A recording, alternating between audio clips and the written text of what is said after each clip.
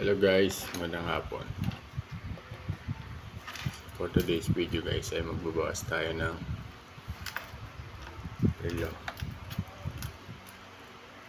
So, may dinala si tatay na relo dito. Yung sugid nating customer. So bawasan doon ng dalawa guys.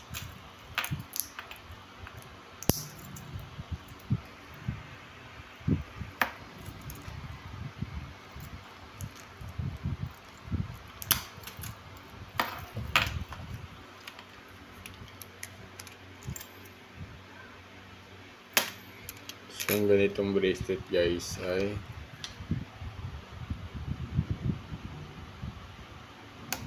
pagbawas nito ay tinutungkab ko lang mga kabags.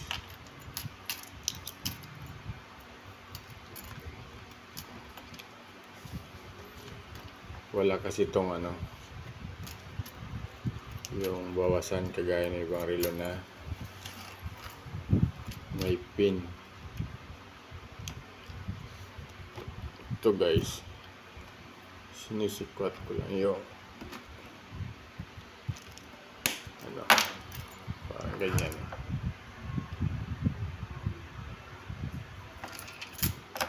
Sikwatin mo lang para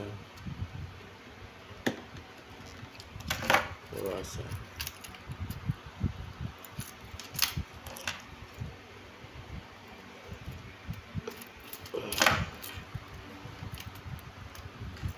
Parang ganyan na pagbawas. Kasi pwede na ito yung mga relo guys na nabibili natin sa online na mamumurahing relo.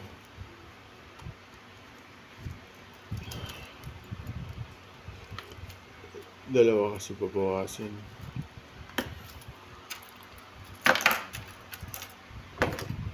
So wala siyang yung sundutan.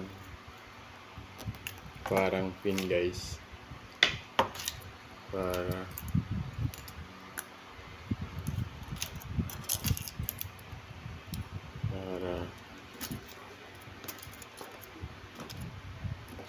ito guys is para lang talaga siya. Clip yung bracelet.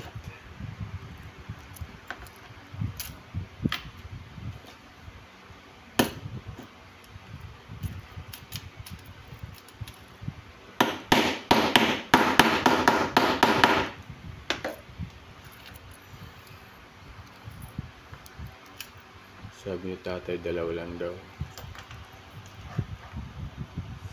Pag dalawa